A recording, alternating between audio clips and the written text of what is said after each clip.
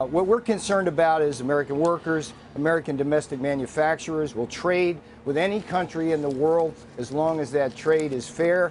We will defend ourselves against cheating. We will renegotiate bad trade deals that have taken jobs and offshored our production. And one of the big things I'm concerned about, Joe, is not just the loss of our manufacturing base, but the loss of our defense industrial base, because we no longer have the capability to put the airplanes in the sky, the ships on the seas, to defend ourselves over the longer term. So talk softly, carry a big stick eventually once we get our manufacturing and defense industrial base back, and work with everybody. And I think it's going to be great. I mean, President Trump is the most positive individual in the world. And every time a little bit of ink flows out of that pen, there's a lot of jobs created.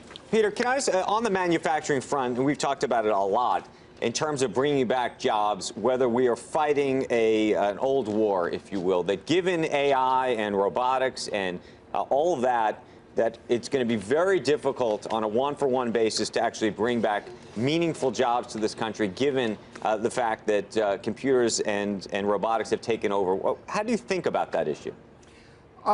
That's a great issue, Andrew, and that's kind of the narrative that says, well, the robot's going to eat our jobs, why bother trying to get them back? Let me say two things about that. First of all, the most advanced country in the world in terms of robotics is Germany. It has 20% of its workforce in manufacturing. We have 8%. So that's number one. Number two, robots in the factories, that's fine if the robots are here and they're helping build our defense industrial base. But remember, the big misconception here is that the jobs which we really need are the ones that exist in the big boxes with names like Ford and GM on them.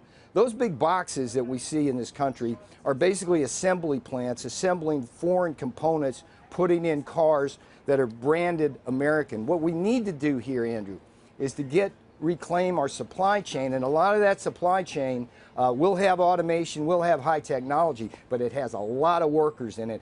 That's what we need to get back. So let's work with automation. Let's be innovative. Let's increase our productivity. We can increase our wages when we increase our productivity, but we can't be sending our jobs offshore. Hey there, thanks for checking out CNBC on YouTube. Be sure to subscribe to stay up to date on all of the day's biggest stories. You can also click on any of the videos around me to watch the latest from CNBC. Thanks for watching.